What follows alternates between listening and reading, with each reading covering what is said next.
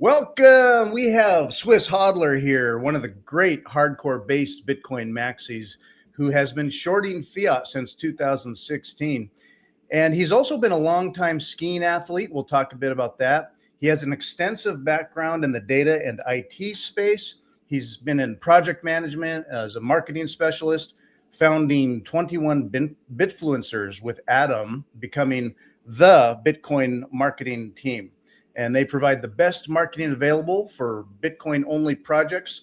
They can be found at 21bitfluencers.com.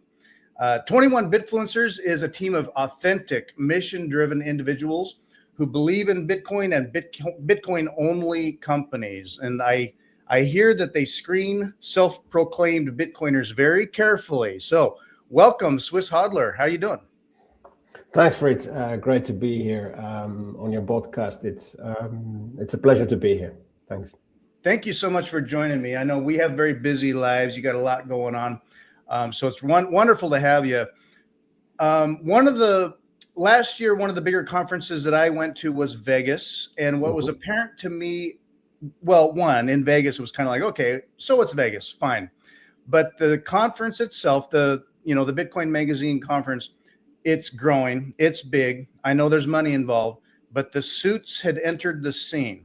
And this probably connects with the kind of work you do, where as compared to like Prague or some other fairly based conferences, you go to Vegas in the Bitcoin conference, and there are a lot of self-proclaimed Bitcoin companies.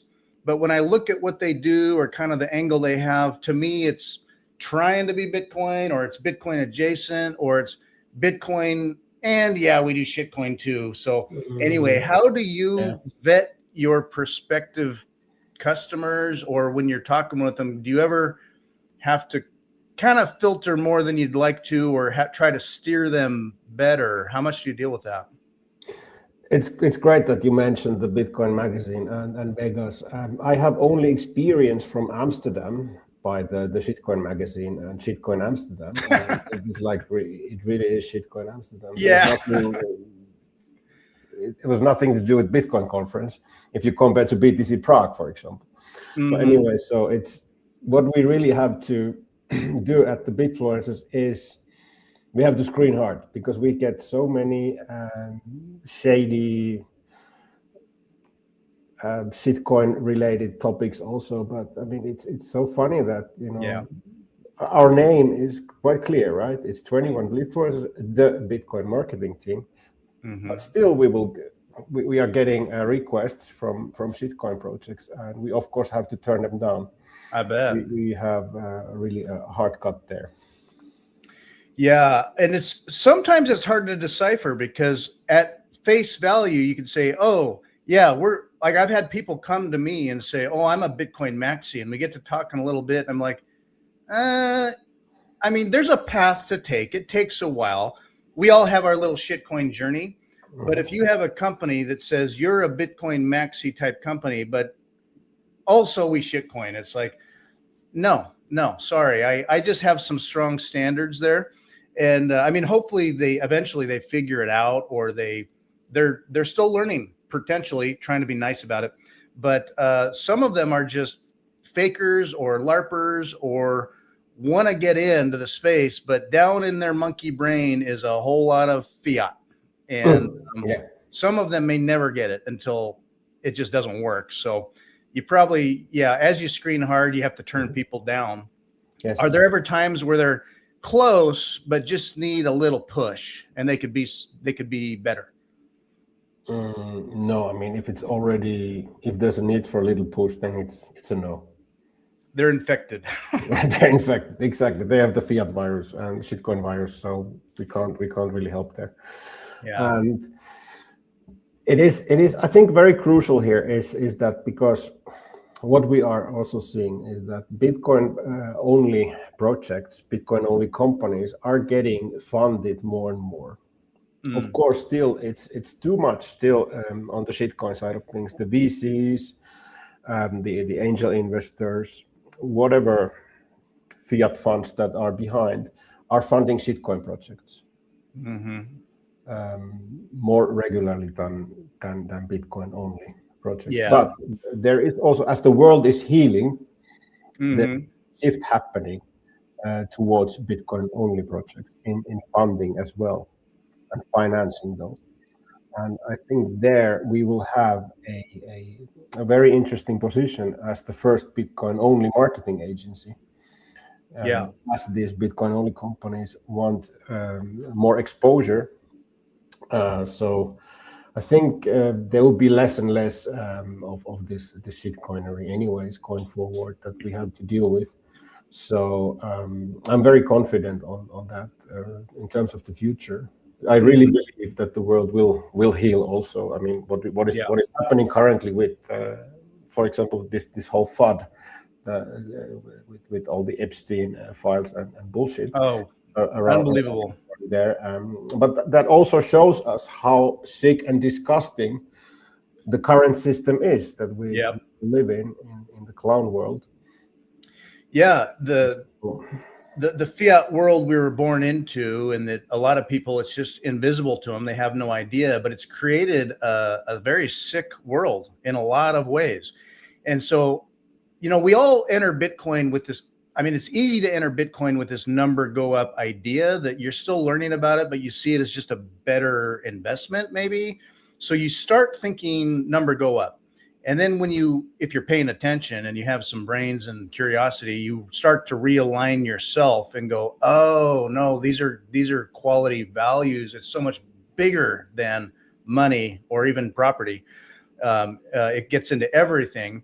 And so I'm often just less, when you've been in it for a while though, I'm often not very patient. So I feel this kind of impatience about people who either don't get it or are stuck in fiat, or the companies that remain in fiat. And yet, I think what is happening, the co-founder with me, one of the co-founders of MicroSeed, Daniel, he wrote a book called The Great Realignment. And this concept of a great realignment, that Bitcoin is growing its roots into TradFi and everywhere. And it's fundamentally changed a rule in the game, and they're going to have to not ignore it. They're trying harder and harder to ignore it if they are. And as as Bitcoin enters the TradFi space and shifts things, it's going to shift incentives. It's going to change business models. They're going to have to bend the knee at some point, I would think. And I think the whole system could steadily shift and get better, but it's just going to take time.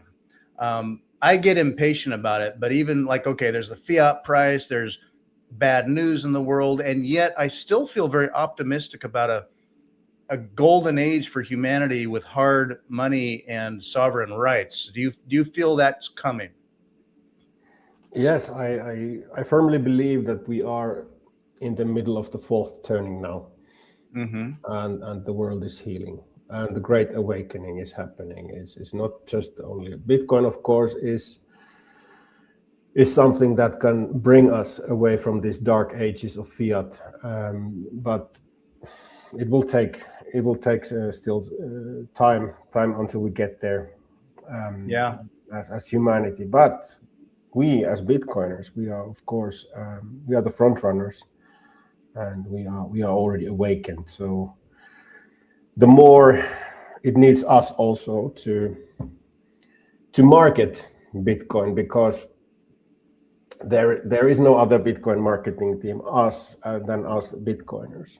So as you know, with the shitcoin projects, there always is a marketing team behind, but Bitcoin does not really have other marketing team than us. So that is so crucial that we all keep on spreading the good word and trying to awaken more people away from the dirty fiat world. Yeah, that's what I love about Bitfluencers is just the bold, I don't want to say courage, but just the conviction that, just proclaim it, be out there. If people want to FUD or disparage it or judge you or whatever, it's just like, fuck them, Yeah. Screw you. If you don't get it, I'm sorry. I mean, I'll explain and educate as much as I can if they're open to it. But if people want to FUD or they're stuck or they just want to argue, I'm done. I don't care. And it's just having that conviction. Bitfluencers is strong in conviction, puts it out there, just no holds barred courage, if you will. And that's what the space needs is people like that. And there have been many before us, but they're just out there early with the strong message and they stick to it. And I think that'll grow and grow. And then a lot of people have to see other people do it first. And then once it's like, oh, that was okay. And then they can follow. But it takes those leaders and people out there saying, yes, this is how it is. This is what it is. We know it. You can see it. You can verify it and just make it solid for other people to say, oh, okay, I guess that's okay for me to also. It's inspiring. So basically, I really appreciate what y'all do. I'm going to throw your website up here real quick. You can go to 21bitfluencers.com and you're the Bitcoin marketing team. So companies and people that need your services can reach out to you and describe some of the services you provide for companies or individuals. So I think the core service that we have as we started with this venture after BTC Prague 2024, we started around shilling.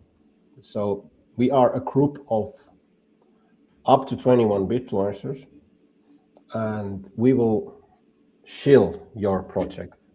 So we will do reposting, we comment, we create threads. We like your posts as a company during the period that you have chosen to get shilled by the Bitfluencers. This is the core of everything. And we have had many customer projects already with great results. Like sales went up to like 500% after our shilling project. And then we have we can do social media management for the company. We can do fractional CMO, basically take the CMO role of the company directly. And also we do have an excellent podcast that will then also allow your company or project to shine. And we really only want to have high quality Bitcoin only projects there as a platform for these amazing Bitcoin only companies.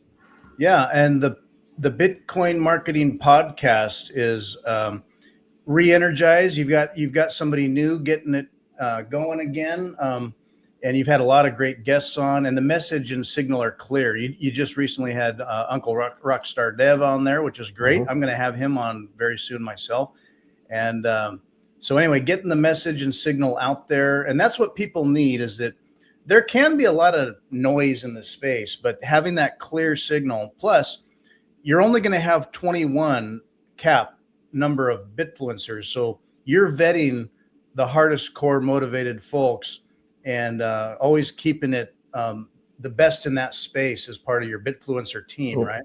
Yeah, I mean the whole goal of the Bitfluencers initiative is to become the trusted voice in Bitcoin only marketing, and that of course comes with the challenge because you really need to have only crazy laser-eyed psychos in the team.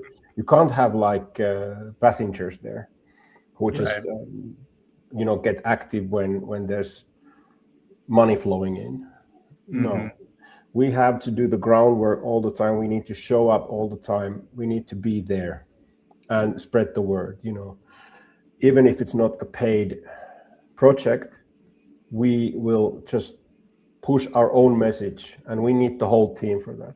So we were at some point last year, we went up to 18 members already, close to 21, but there were too many just passengers there who were just waiting for something to happen. But it's not how proof of work works. So you really need to show up, and you need to be really bringing that proof of work in.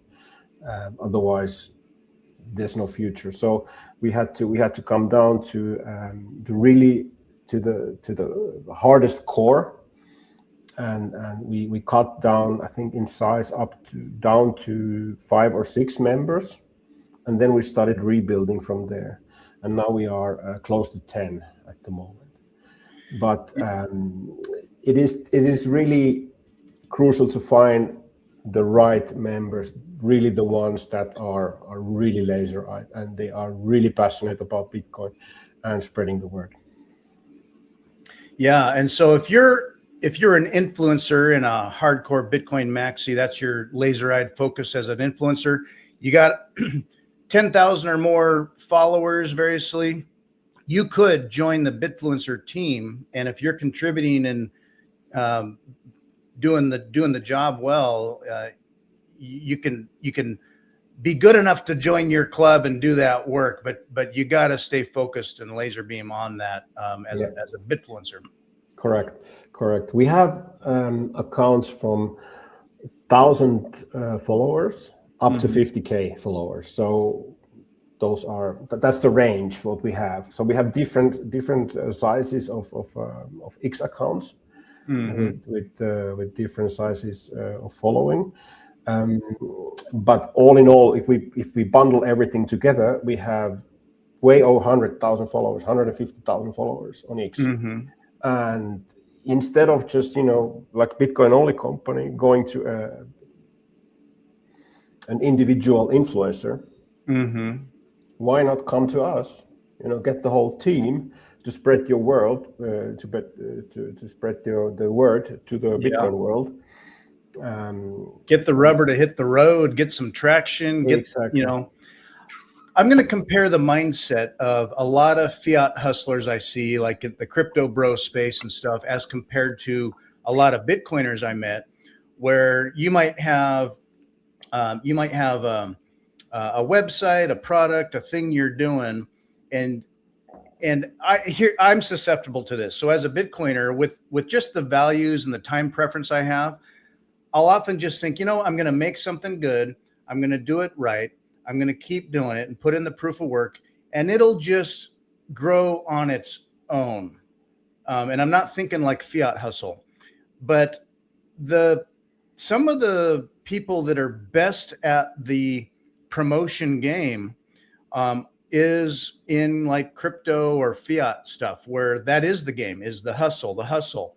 And so sometimes you see a lot of good marketing and promotion because that's the space in, say, crypto, and they're doing all that themselves because that's what they know. And some Bitcoiners just aren't as good at that sometimes because they don't think that way as naturally. But through Bitfluencers, they can plug into the team that is good at that. Whereas, some Bitcoiners are kind of like, oh, I don't know, I'll just do my thing and it'll stand on its own. And so you can basically supercharge what they may not be good at naturally and get it out there. Yeah, a typical Bitcoin only project is tech driven, is product driven. But quite often the founders, they don't have the marketing knowledge or the resources for that. So that's where we step in as a fractional CMO, for example, where we can support your project to really do the best you can in terms of marketing, to really spread the word and let the world know about you. Yeah, and there's things about, just the algorithm or what sticks and what works, or the little skills you need to have to make sure the presence stays there. And some people just don't have the time for it, but you all are. So plugging into that and getting better traction there. Yeah, one thing that really works is authenticity. And that's what we are. That's what we represent. We are authentic. And algorithms like authenticity. And of course, because there's a large group of people within this project to spreading the message, and through authenticity, that will always give results. Yeah, solid foundation. It can stand on its own, even as you promote it. Yeah. And stepping back, zooming out a little bit, you mentioned the fourth turning, and it's easy in a way to, the Epstein files or the things in the world, the Davos and the shakeup in Davos and the European Central Bank and all the flagellations going on with the fiat system desperately trying to maintain their control. It's easy to look at the fourth turning and feel like we're just entering it. I sort of feel like it may be that we're like pulling ourselves out of it, because I'll tell you, I think the depths and the worst of all of it was during COVID, the scamdemic stuff that happened. That was like the most insane worst of all of it. I think it woke a lot of people up, and it was like this rock bottom, like, really, we got here? And so that, that was pretty bad. We have since post COVID, like, we're crawling out of that. And even though it's a transition, things I think are getting better and better, but as it does, and we're paying attention, it looks really bad, even as things are healing. So Bitcoin is healing it. The system is being forced or agreeing to change, but it just is, the maturing process there is like an adolescent, just awkward, clumsy, isn't always good. So I feel, and that's where I feel like things are getting better. It's just that we still see all the horrible, toxic, evil things in the world. But it's like being aired out to dry. And I guess if we touch upon Davos, and, there were people from the States there, Lutnick and Trump and others were out there talking stuff, and Davos people like walked out and were booing and stuff. I think the cage is getting rattled, isn't it? Yeah, or maybe it's just everything's just theater, And that at another level, that's their game. It's their finite resource capture game. Bitcoin, beyond that, is a complete separate escape hatch and open door that they can't even grapple with right now fully. So. Yeah. I mean, I'm a European. I'm Swiss, and I'm questioning. Also, is really Trump, is he legit? Because Right. because they're all part of the same scam. He's also a fiat scammer in the end. Totally. He's not a Bitcoiner. Oh yeah, totally. No, he don't get it. A lot of the people around him, they may be pro Bitcoin, or okay, he's going to nominate this new Kevin Warsh to be on the Federal Reserve, and he's supposedly for Bitcoin, or doesn't at least see it as a bad thing. It's still the Federal Reserve. I'm sorry. They are in the end pro stablecoin, pro CBDC. Yeah. They hate freedom. They want to control you. They don't want you to be free. Yeah. So like people can say, well, okay, so there's a couple of views on this, is that the banks or the big corporations and all this TradFi that's moving into Bitcoin, all that was inevitable. Bitcoin don't care. Yes. So I don't judge it. It's like, oh, it's what it is. It's fine. Maybe it's good. It's just inevitable. It's some kind of progress. And at the same time, with stable coins, what I see coming is the fiat system trying to get better control and legibility over the populace through stable coins, or who knows what, universal basic income, digital ID, and all the things. Europe, so as an American, sometimes I'll look at things with the European Central Bank or European leadership, and I'll think, are they just doomed or screwed? Or at a political level, do you see Europe as being worse or having trouble? Europe is a disaster. So you can think anything you want about Trump, whether he's a Bitcoiner or not, or whatever are his drivers, his real drivers. But if you just compare them between the European leadership, we are so screwed here, especially in the EU. It's just a nightmare what's happening there, and I'm in Switzerland, and here it's really, it's direct democracy here. But still, how rigged are all these elections? How do we verify as citizens that they are not rigged? Right. I mean, you can follow the money. I mean, lobbying and money and promoting elections itself sways public opinions. Because at least in theory, here people decide in the end. So even if there's a new legislation coming from the parliament, the people have the veto right. So there is this. But then again, we don't know how much is still rigged. Right. Yeah, Switzerland maybe is better off. So like in terms of like the Swiss franc, the best shitcoin, the best of all the fiat shitcoin company country issued money. It's still fiat though. And at one level, I'd say, oh, you know, when I think of Switzerland, it's like, okay, those big banks, those solid banking history, solid money. I might think that they would superficially, I'd imagine, oh, they're going to be like the last to adopt Bitcoin because they don't need it. But at another level, on a regulatory level, they're not as against Bitcoin, right? I mean, you don't have like capital gains. They're not regulating Bitcoin crazy. Switzerland's a little more open to Bitcoin. Yeah, that's correct. And if you think of Lugano, for instance, we have about 400 merchants, restaurant shops that are accepting Bitcoin already in one city in Switzerland. It really is amazing, and that also shows how Bitcoin is community driven.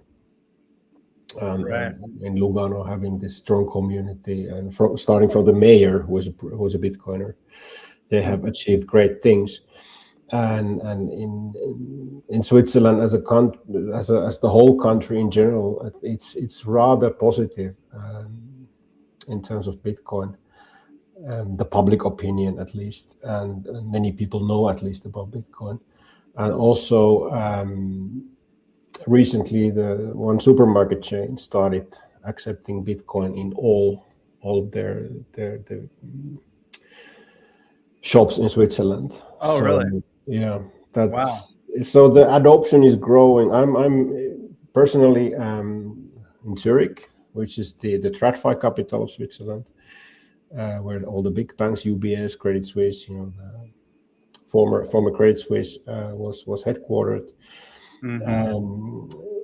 Zurich is a high fiat city still, so they still live very nicely in fiat standard, thanks to Swiss francs, strong Swiss franc, good salaries, low taxation, low income taxes, and no capital gains tax. So there is no need for Bitcoin as such, as you mentioned. So, but still, because Swiss understand about money, they understand about the importance of sound money. They get the fundamentals better. They get the fundamentals. So Bitcoin adoption is surprisingly widespread already in Switzerland, and I think the bankers, even if they're publicly against Bitcoin or not pro Bitcoin, I think they're secretly stacking. Because they're not dumb. They are not dumb. Exactly. They understand about money. They understand about at least some of them, not all of them. Of course, there are still fiat egos that that haven't still experienced the ego death, but also they will learn eventually. Yeah, people's egos get in the way a lot of times, like when they're already invested or they have a system, or well, it's not broke enough, and they hold on to that. Because change is hard. But I mean, for companies that are smart and paying attention and willing to be flexible and think about the future, how do you avoid Bitcoin? I think the shift is happening. So you see more and more of it. Now, comparing Switzerland to, you have quite a background. You speak a lot of different languages, and you decades ago, you came from Finland, right? So Finland is a very different country, though. They're a little more trusting and beholden to their government. Kind of maybe, I don't know. Is it kind of like, well, the government said so, so well, do because they said so, do what you're told. A little more obedient, less like more reluctant to go into Bitcoin, you think maybe? Yes. Finland is number 2 after Japan in terms of trusting the government. So Wow. globally. So I wouldn't have thought. so they also, I mean, of course, this is a scam again, but this happiest country in the world listing, where Finland has been the happiest country in the world for 9 years in a row. And it's basically, the concept of Finland is pretty simple. It's like the WEF vision implemented and executed already. It's like you own nothing and you'll be happy. And that's exactly Finland in a nutshell. Sorry, Finns, but that's how it is. So basically, the taxation is extremely high. It's really not attractive to take a job, especially if it's low paid, because you get much more by staying at home and doing nothing. So the incentives of working are really low. And if you're in the system doesn't want you out of the system. They really want to have you in their safety net, in the warmth of collectivism, if you will, you know. Right. And it's really socialist society in that sense. And same goes to Sweden. Sweden is not as bad anymore as it used to be. Norway, they have the oil. They don't have to care about that. They have money just out of the oil wells. But Finland really is. They don't have that kind of like strong industry as Sweden has, or the oil of Norway.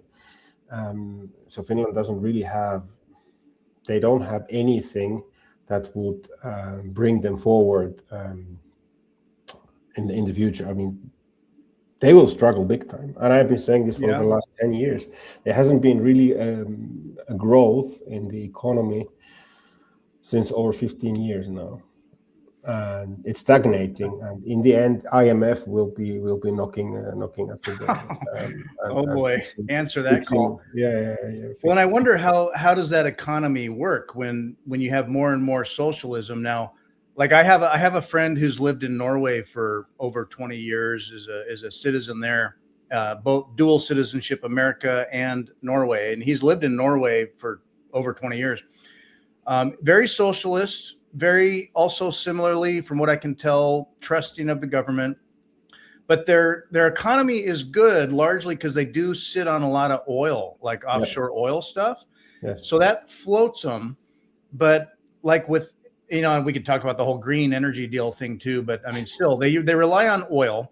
But like without something like that, like circularly, how does the economy really sustain itself when, like in America, I mean, like I want to say like 20% or so of employment is public government employment, which is all tax money. And in Europe, it's closer to like 40%. So you hit a point where it's like, who is making the stuff that makes the money that actually pays the taxes?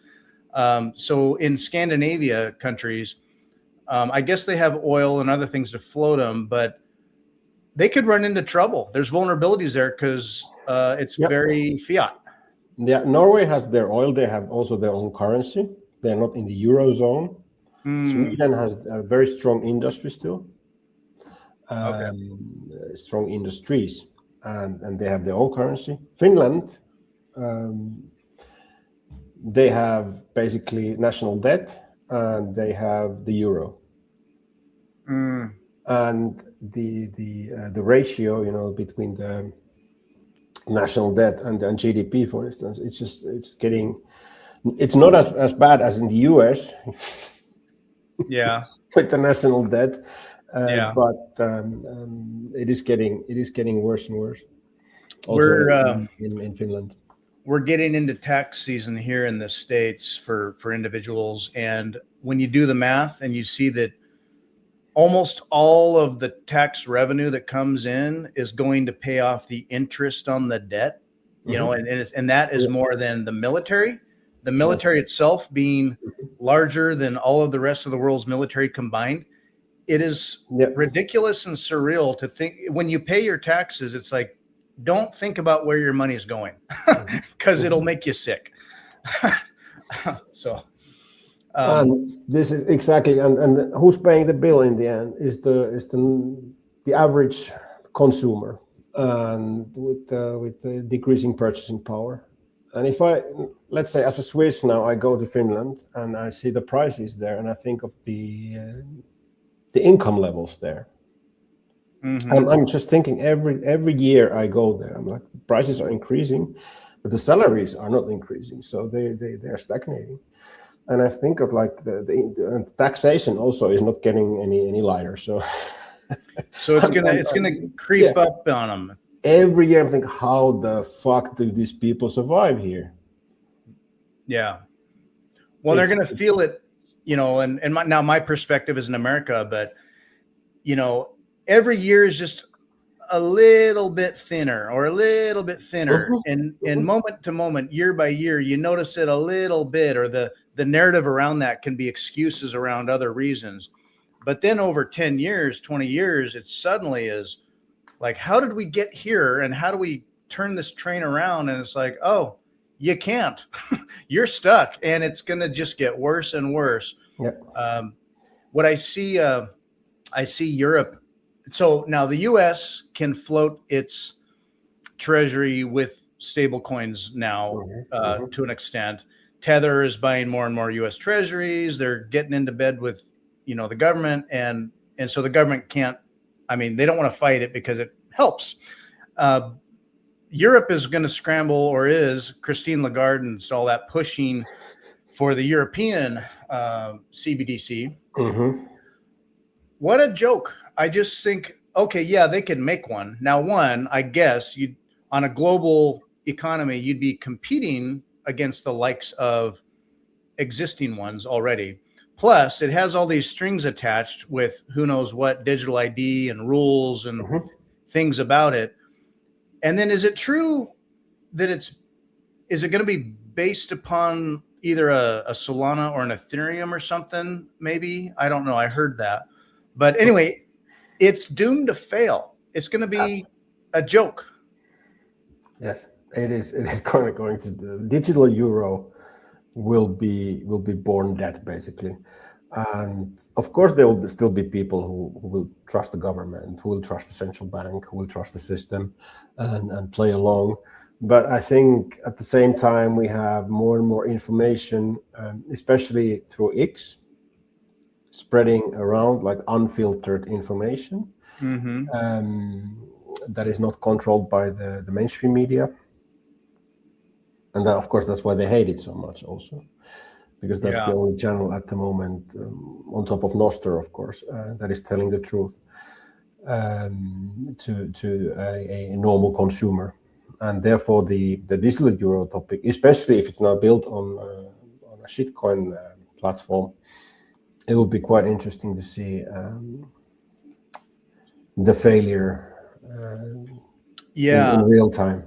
They can force it to an extent where, like, oh, okay, maybe whether it's like employers have to pay in it, or well, you have to pay your taxes in it, so they can require an extent of use in it. But everyone who's paying attention, and more people are like, they see it projected, they see it coming. They're learning about economic things and money a little better. I just think that people may keep a foot in that world just enough to like be compliant and stay out of trouble. You don't want any trouble, but man, anything else you can do to get away from that, you're getting away. Convert that fiat into what? You see metals, gold and silver have had their little boost lately, but that's also an old legacy stuck technology, non-technology that doesn't work unless you just want to rehypothecate it and make paper. So hence Bitcoin. Why we Bitcoin? Yeah. And the thing in Europe, of course, if you think of like the whole the Kane plan, what they are about to at least try is, of course, the digital ID, social credit score, CBDC, basically the whole thing that already exists in China. That's the blueprint. And the goal is to have all these in place in Europe as well, in the EU. And funny enough, it was the decision to implement digital IDs in multiple countries. It was pretty much at the same time as with the Swiss vote also. around. Oh, There was a referendum about the digital ID, and in Switzerland it was voted yes by 20,000 votes, which is a very small gap. So for me, it smells like it's rigged. But anyways, so now what Switzerland will do, they will implement, they're already doing it, a digital ID. However, it's voluntary in the beginning. So you are not forced to use it, but of it's course. voluntary, of course. But then in the end, if you want to then use this or that service, you need to have it. So this is how they, of course, play. Their playbook is always like this, right? So it's A ratchet that just like one more click and then one more click and one more click. And then before you know it, it's like, no, you can't leave. exactly. Or you can only use the CBDC, or who knows. And what the EU also did now with the markets in crypto assets legislation, the so-called MiCA regulation that went live now in the EU, and all the major players in Europe are forced to basically have that if they want to operate in the EU.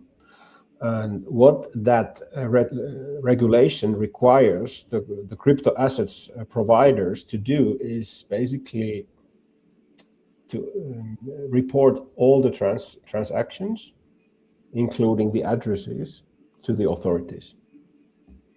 So there is no pseudonymous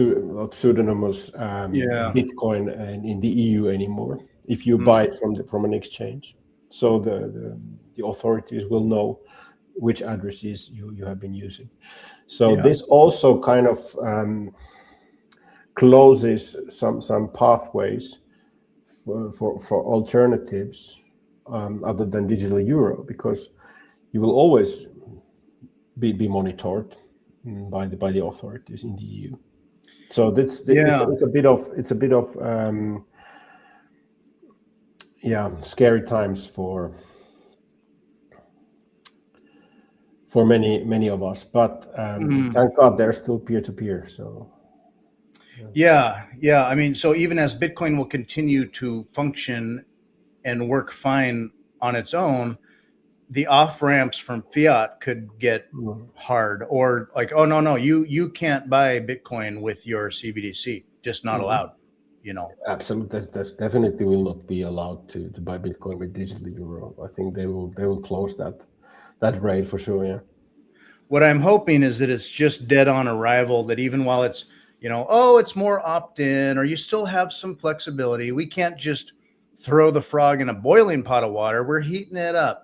And hopefully people are awake enough and waking up quickly enough to see it and to fight it, or to get off. It's a status dream to have all that, the complete legibility of your populace. And it's an extractive state theory of money that, even more than just chartalism, where, the state issues money and controls the money because daddy and mommy take care of you. It's not just benevolent, it's extractive to its core, like a farm. And so, and they've got to fund all the things they want to try to do with money they don't have. So, what I hope is that it dies quick, even as they will attack every populist leader that raises their head, and of course attack Bitcoin. If there's a good footing for it otherwise globally, then maybe because of economics, Europe just has to say, okay, this isn't working, and they'll have to concede.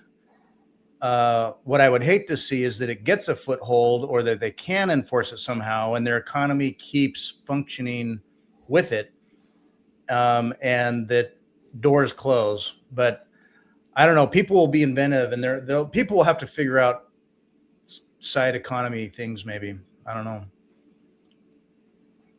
It will be an interesting future, but again, even with all the crazy regulation and the news is getting tighter and tighter all the time, but still Bitcoin is is the only hope we have. Yeah, Bitcoin is it. It's the hope.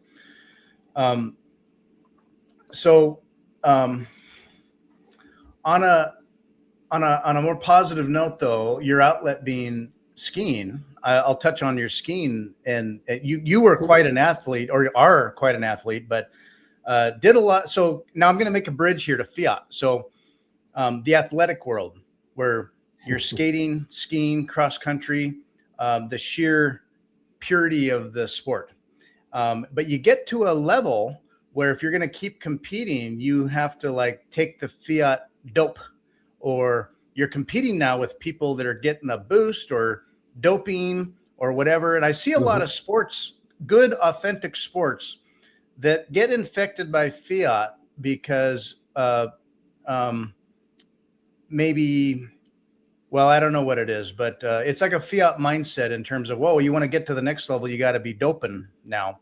And would you say that your values, in your life as it approached to your athleticism and sports, that you had the values that led you compatibly to Bitcoin, because you turned that world down? So you had some integrity from in your life early, right? Correct. That was exactly the key reason why I stopped professional sports back then, at the age of 22. 21, 22, and I'm still 21. In your heart.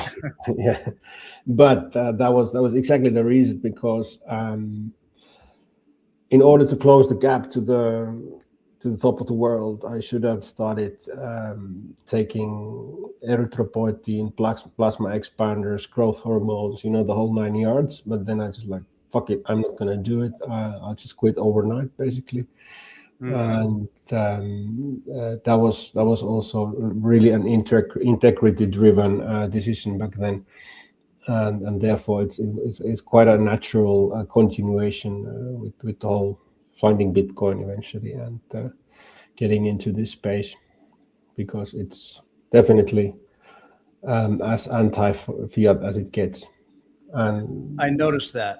And the dope, what you just described, it really is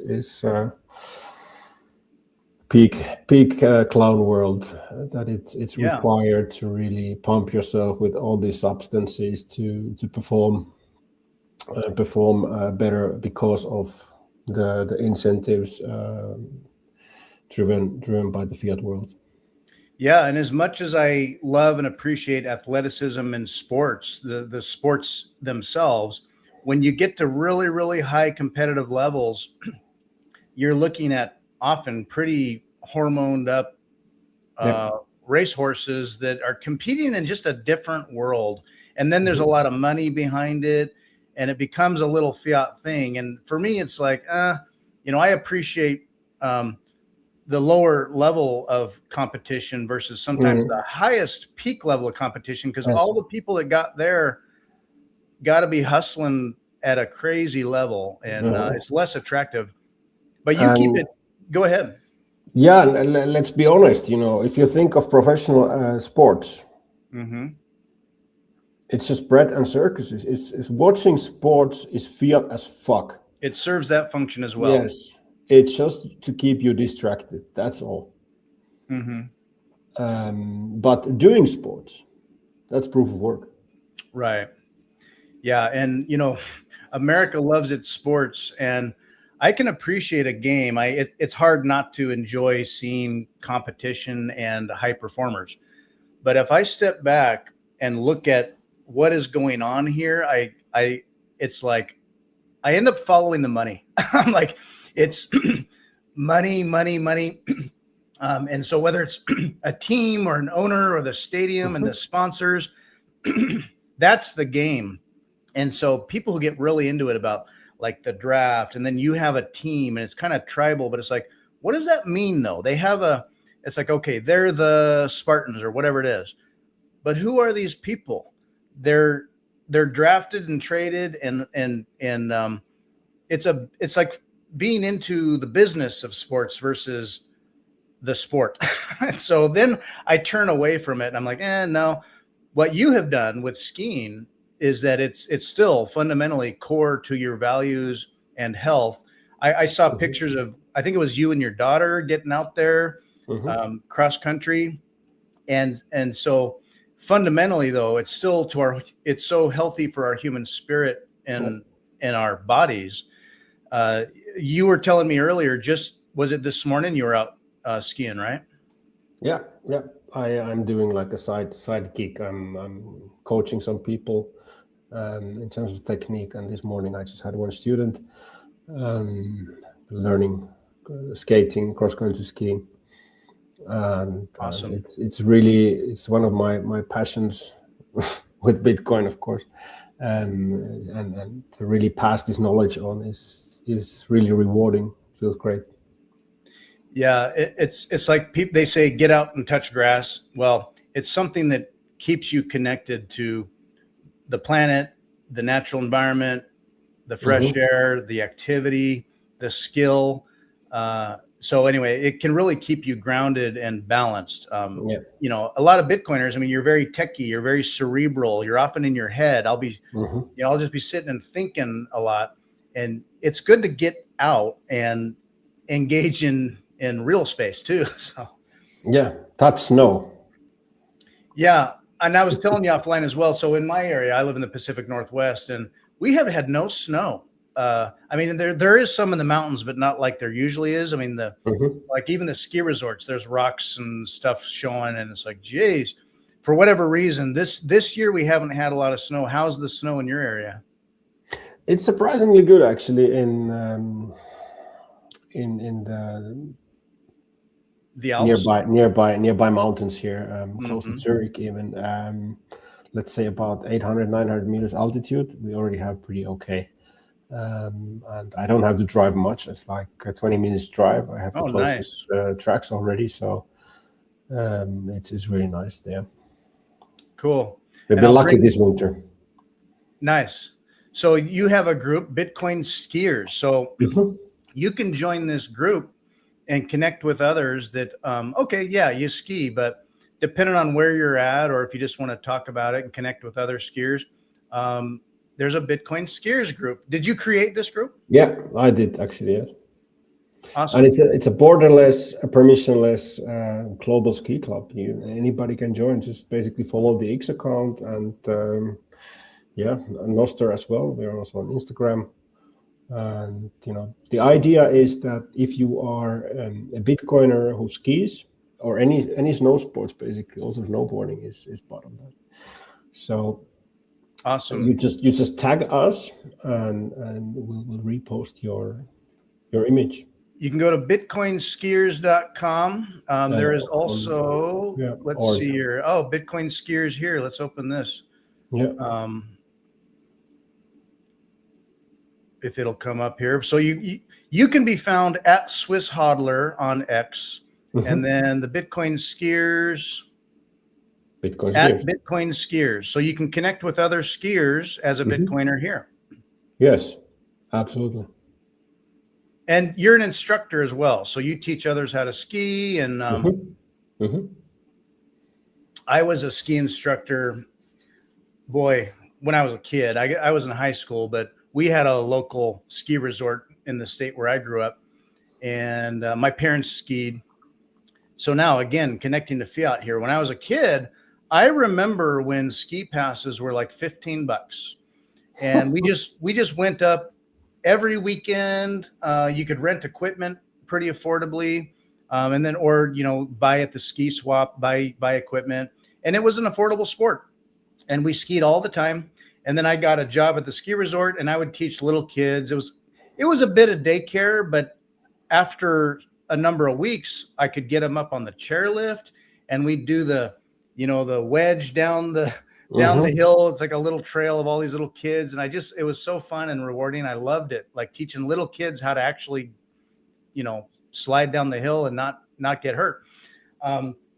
Over the years, I remember it's like, oh, it's $20 now. Oh, it's $25 year by year. And then it was $35. Then it was $40, and then it was $45, $50. I really started, well, and I went off to college and I got busy, but years later, I'd go back to the local hill here. And at first, when I first moved back into this area and was looking at the ski resort, I'm like, $80. Well, now I think it's like 100 and something. So the business of ski resorts is a tricky one because they've got a lot of infrastructure to maintain. Yeah. And they only have so much space as well. So they can kind of like supply and demand, like, well, if you really want to ski and still the lines are long, they can make the prices high. And so it cuts out a lot of entry level skiing sometimes for people. Do you see that in your area?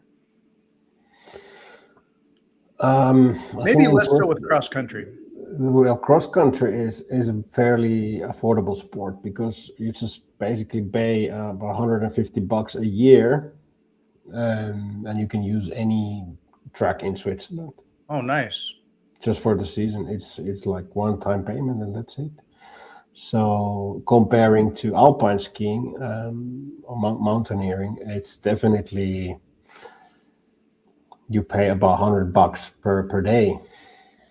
Yeah, right. So it's a totally different ball game. So, but I think what the Swiss ski resorts are struggling mostly is especially in lower altitudes is lack of snow.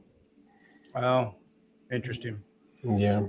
And with skating, cross country, telemarking, there's more proof of work, you might say, because instead of standing in line to get on a chairlift and do the bomber runs, you can make that mental shift in your sport.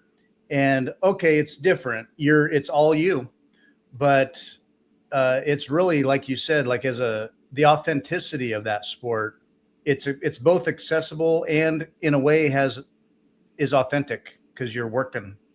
Yes, and it's amazing because you just drive to the parking lot, you just hop on the track. There's no queuing, you don't have to carry your equipment, they're not heavy, the skis, and you have to go to the lift or whatever. You don't have to buy a ticket. You just go and ski, and you're part of the nature immediately. And it's also a full body exercise. It's release proof of work. Yeah, and yeah, that's awesome. Getting back into some of your business things and stuff. So when I think of marketing and promotion, we talked about this a bit before, but I remember it was actually a high school economics class, and we touched upon the psychology of marketing and what works. And I think nowadays algorithms do a lot of this stuff, but it was sort of like the kinds of ads that are out there and how you hook attention and get people to commit. So on one hand, when I don't watch a lot of TV, but every once in a while, for some reason, there'll be like a TV on somewhere, hotel or whatever, and it has ads in it. And when I don't see an ad very often, it's like, oh my gosh, they're the most fiat things ever. They're kind of weird. But they hook you with these things that are often, they're sort of like weirdly emotionally driven or high time preference, I guess. So there's a big marketing world out there that captures attention through high time preference or emotional stuff and all kinds of little psychological hooks. Now, that is kind of a different marketing world than, say, what Bitfluencers does, where you talked about authenticity is core. So it's still marketing and promotion, but it's authentic compared to a lot of when you think of marketing bros and stuff out there that have their hooks and their things. Your approach is much different. Did you ever experience both worlds in business and marketing where it's an adjustment to do what you're doing now compared to past jobs?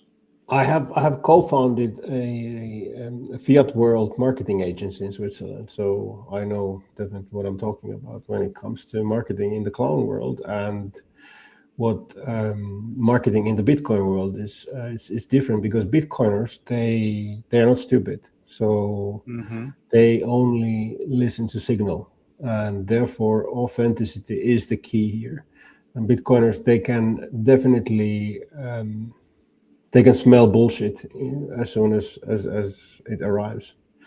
So authenticity really is the key here. You've got a smarter audience, I suppose. So they're not looking Yes. for the same old, No, you can see it. Even when it's AI, people can kind of read that and be like, they're looking for truth. So yes, Bitcoiners are very critical audience. Yes. Yeah, so that's real different. You're also, so I will compare now. You have your social media platforms, various kinds, and like X being a pretty solid one. It still has its algorithm. Now, as compared to Nostr, you are on Nostr here. I'm just going to bring up. Let me bring it up here. Is this you? Yeah. So now this is Primal, but on Nostr, Nostr is very different. You can be found on however you access Nostr. You can search for Swiss Hodler. You'll find him. There's a handle there at primal.net, Swiss Hodler. How would you comparing just say X and Nostr? Nostr is a very important network and protocol for the freedom aspect and the unfiltered access. It's also different because I will find myself, instead of going to a feed that kind of, filters for me, or I can get a sense of, it's pretty much top down, first come, first serve. So there are times where if I missed something, it's down low and I got to go find it. Do you find that hard, or do you have tools will the apps develop themselves into a direction that make that better, or what do you think of Nostr? I really, really like Nostr because it is the, as you said, the freedom platform, the decentralized social media that we need. Because even X, it's not decentralized. It's being controlled by one company. And in the end, if it comes with some extra work on Nostr to find something, it's fine, because then in the end you are publishing something that only you can then delete in the end. So right, it is the freedom of Nostr. I think it is more important than the UX. But of course, I think as the platform grows, the apps will also get better. And by the way, the Finnish Bitcoin OG Martti Malmi, he's building one of the Nostr apps. It's called Iris. Oh, really? And that's a newer one? It's a fairly new one, but he was one of the early Bitcoin developers. Yeah. Oh, yeah. He was working with Satoshi early on. Yes, correct. And Martti is building that Nostr app. Cool. Yeah, I love Nostr for its authenticity. I will find that when I hop on there, if there's something I'm thinking about or looking for, or I heard about, I'll have to go search for it currently. Yeah, you really just a little more deliberate, but proof of work. Yeah, it's proof of work, but uncensorable, and once it's there, it's there. So now compared to X is convenient. There's a little more variety or activity on there, and then people like to rely on a feed oftentimes, but and I mean I love both. I'll use both for different reasons. X just often is very convenient, and there's a lot of people easily found there, but so X is a good platform in a lot of ways. What are other platforms that you think are pretty good for outreach compared to some that are not? So like YouTube or Rumble comes to mind for like video stuff. There are others that I tend to categorically discard. Like I am done with Facebook. I don't think I've opened LinkedIn for years. I don't know what are useful and what are kind of not. Instagram also another one. I don't know if Instagram's worth it. Instagram, I think it is somewhat worth it. Okay. For Bitcoin content, there is an audience for that, definitely. LinkedIn is great for, especially if you are trying to reach Bitcoin businesses, fiat businesses that would buy Bitcoin eventually. Mm-hmm. But I personally was thrown out of LinkedIn over a year ago after Oh, really? posting, after posting a Bitcoin related promo code, swisshodler promo code, and Just because it was Bitcoin, they banned you?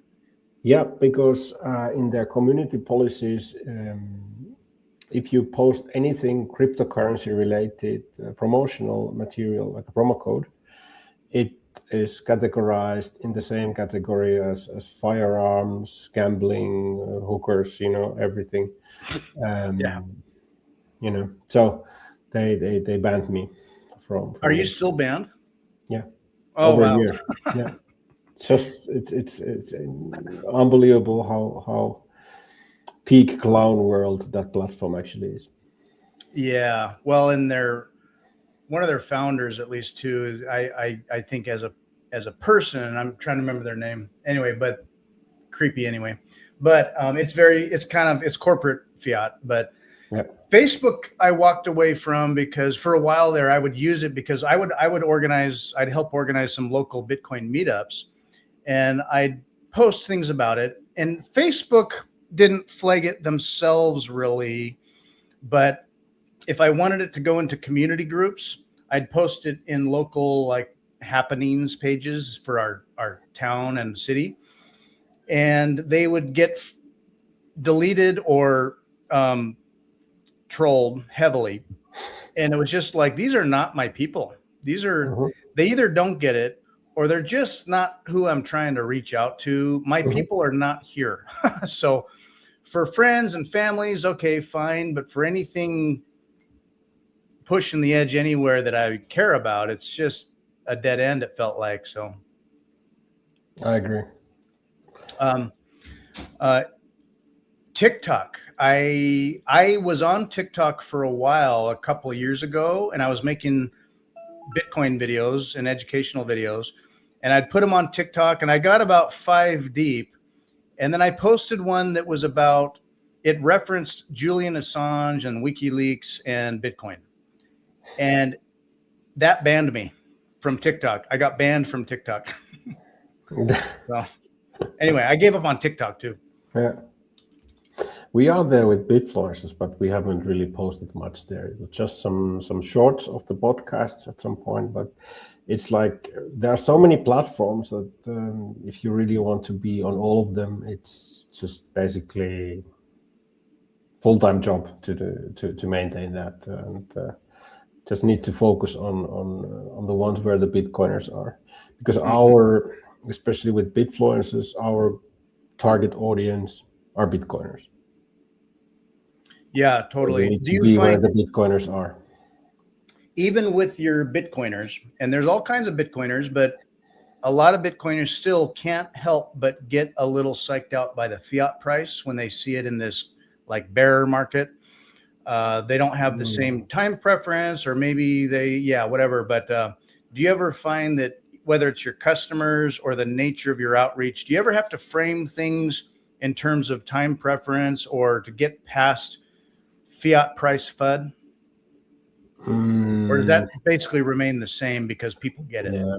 No, we don't really focus on the fiat FUD. I mean, what we do, we post the meme quite often that Bitcoin is going to zero meme, where we have this add another is with a very small print.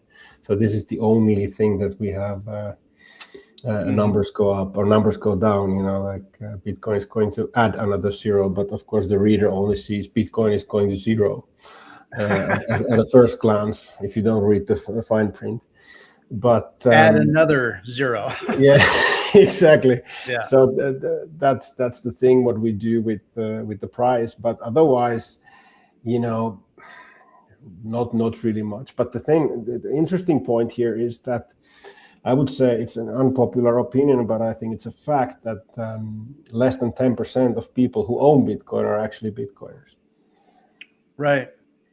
Yeah, there's a lot of people that have Bitcoin or would say they're not against Bitcoin, but they don't get it yet. Yeah. They're still on the path. Yeah. So the real segment for us is fairly small, actually. If you think of still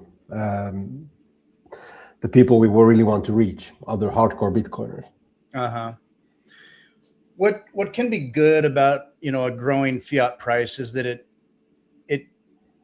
incentivizes people through number go up to get interested. So when it goes up, people pile in and maybe start to learn a little more, and then when it goes down, people slide out, and you lose the lettuce hands and the weak hands, and people that didn't put in the proof of work. But even as it's an uphill roller coaster, the number of people that do steadily figure it out also grows. So the volatility is good in a way. You need a shakeout to remind people why they Bitcoin or to learn harder about what it is. And if it shakes people out, that's always going to happen. But yeah, I agree. I have reached the point that for me, one Bitcoin is one Bitcoin, but everybody has to learn and go through their own path to find the truth and do their proof of work. So there are many different journeys, many different ways to get into Bitcoin and to understand it. I also didn't understand it in the beginning, and I really didn't understand what I owned. Right. Until it started to become clearer every year. Yeah, a lot of people probably don't understand it. And maybe and I also wonder sometimes, like, does anyone ever fully understand Bitcoin? It's an endless rabbit hole, but most everybody who gets Bitcoin for the first time doesn't fully understand what it is that they have. But then they learn with time. So yes, and so Bitfluencers, a lot of your goal has been stated that you want to simplify Bitcoin so it's accessible. So you do not just promotion and marketing, but also education in areas as well. Yes, so. This is of course something that when it comes to marketing Bitcoin products or services for Bitcoiners.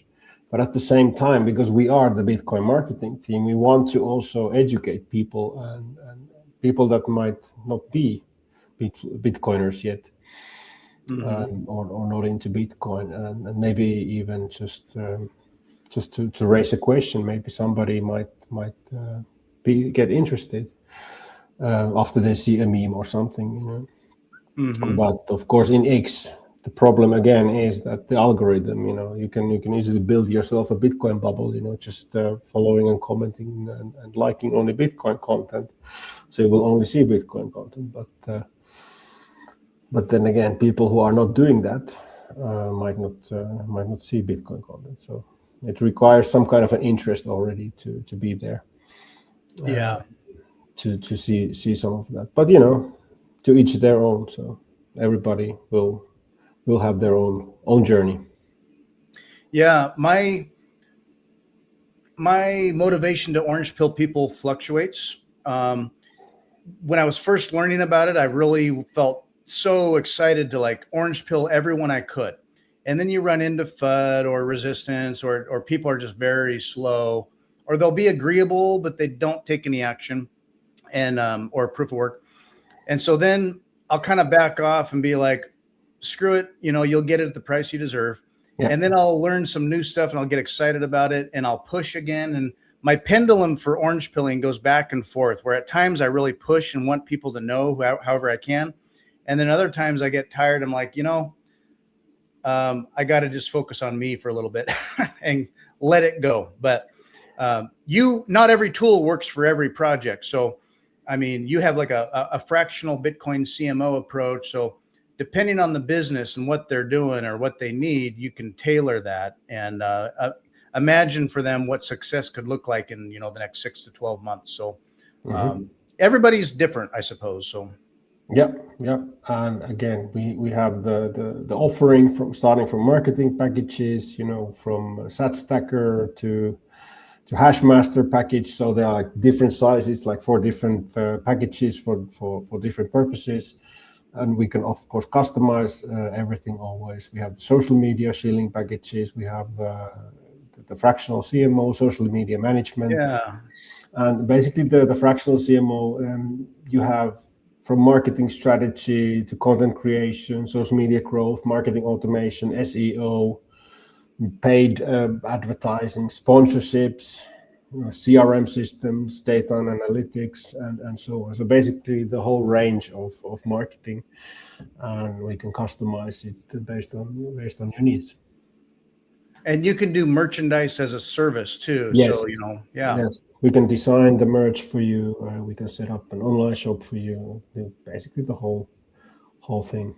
That's, by the way, the Bitcoin is going to zero from the meme. It's like add another add another zero.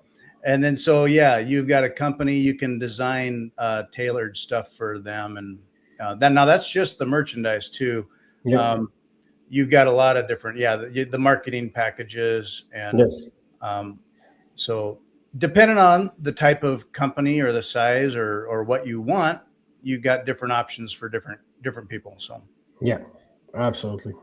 From startups to more advanced businesses.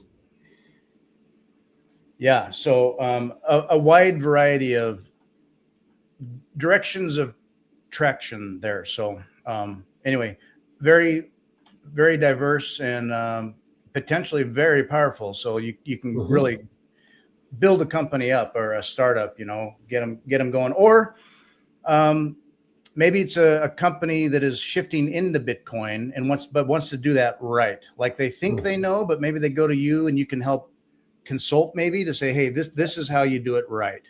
Absolutely. That would be one option also. Cool. All right. Well, this has been really great. I appreciate you having you on here. I do want to show off here ways that people can find you again here on X. You're prolific on X. A lot of posts. I follow you because I enjoy all your different posts. People can find you at Swiss Hodler. You can also find the 21 Bitfluencers here at 21 Bitfluencers, the first Bitcoin only marketing agency since block 860,910. So you've been around for a while now. Met Adam in Prague a couple years ago and have just been running ever since. Yes, Adam is an OG Bitcoiner. He's been in the space since 2009. And wow. He has a marketing background, running marketing agencies, and we thought together that what could we do for Bitcoin, and this is how the idea was born in Prague 2024. The co-founder of MicroSeed with me, he went to Prague that was 2024. He went to Prague for the first time, and it's a very based conference, and that's where things really clicked for him as well, where things are simmering in your mind and you're into Bitcoin and you know why, or you think you know why. And then you get there and it's like, oh, I get it. Like I'm part of something now. This is all the little pieces came together to this gestalt of bigger purpose. And then it hit you. And so like it did for you, it's like, oh, okay, we're going to do something now. That's awesome. Yeah, that is exactly what BTC Prague represents. It really transmits the orange signal. We're going to be in Prague this coming June with MicroSeed here. Here, while you're here, we're not, we're almost getting to the end of our time here, but let me play you something. You can judge this from your marketing promo mindset. So see what you think of this. As a Bitcoiner, you know that taking self-custody is critically important. But if you've ever had a seed phrase, you've probably had it written down on something kind of like this. You can hide it or secure it, but paper burns, paper fades, paper gets wet, paper rots, paper blows in the wind. Paper has things written on it that might look important. So get off paper and get yourself a MicroSeed at microseed.io. Get the kit and crank out all the keys you'll ever need forever. That's my little ad. That's a good one. That's a very good one. It's not too long. It's exactly the right length that the watcher is not losing interest, and also I like how it's done. So Little there's a cuts. narrator there, and also these examples what happens to a paper seed phrase, paper backup. So yeah, it's a very good one. Yeah, MicroSeed promotes, like, okay, obviously number one, get off zero. Two, we say run a node. We want people to run a node and protect the network. Extremely important, yes. We need to decentralize and grow the network layer. I mean, mining is what it is. I know mining has centralization risks, but tapping into that is a different thing. I have little solo miners here anyway. I mean, I contribute hash, sure, but it's so easy to run a node. And then three, take self-custody. And so when you take self-custody, you go down that rabbit hole of like, oh, okay, I got a hardware wallet, or I have some words. And then you're like, now what? And so when I first heard about like people scratching it or stamping it on steel, I was like, wow, is that what you do? But no, yeah, that's a good route to take. So anyway, we promote self-custody, and hey, stamp it on steel if you got them. So yeah, this is exactly what I always recommend to a starting Bitcoiner. Always take the self-custody, take the coin off the exchange. Don't let the exchanges freeze your coins, and do self-custody. It's extremely important. And if you're not doing just single sig self-custody, maybe you do multi-sig with a collaborative security approach, and then you will anyways need to stamp your seed somewhere. So and make sure it's metal. Yeah. Yeah. And individual Bitcoiners might start just with their own personal investment. But then if you're married or you have family or you got kids and you start thinking through like, okay, inheritance or family treasury, like how does this work again? If I fall off a cliff, what happens? So then you get into the strategy around how to do that well. And so, and everybody's situation is different, but there are good ways to do it with even just 2 out of 3, kind of thing. So absolutely. Yeah. This is something, especially like you said, if you have kids or, whatever relatives that you want to pass your Bitcoin to, then makes sense to think about these things. Yeah. And then running a node, it's such an easy way to contribute to the network and participate and be more sovereign with your transactions. But it's just an easy next step to take. And what I try to do is keep the Bitcoin community, like we have a united vision. We share so much more values together than we disagree on. But it's easy to see FUD. We're talking about FUD. It's easy to see FUD in the things that we disagree on. So I personally have I have very strong opinions about it, but ultimately people are like, well, which node, how Bitcoin Maxi are you? And now I'm hardcore Bitcoin Maxi, but I try to just say, just run a node. I'm not going to tell you exactly how to do it. At least that's not my game, but I just encourage people to run a node.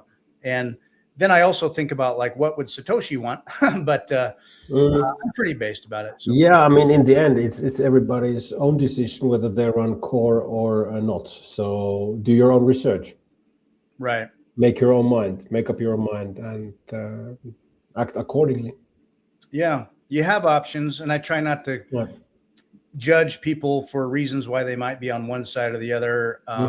I just say anyone, like anyone O'Reilly here, a buddy of mine, Yasan, he says, anyone can run a node. And it's true. I just say, just run a node. I'm not going to get divisive or judgy about doing it just right. I mean, I have my opinions, but I'd rather you run a node than to feel any FUD about disagreements. So anyway, and then time will tell. So cool. Well, I really appreciate your time. Is there anything that you want to touch upon that I might have not brought up before we sign off? No, I think we covered pretty many topics already, and I mean, in the end, it's just like final words from myself would be just ignore the FUD and stack set. Stay humble, stack sats, ignore the FUD. It's propaganda, folks. Yeah.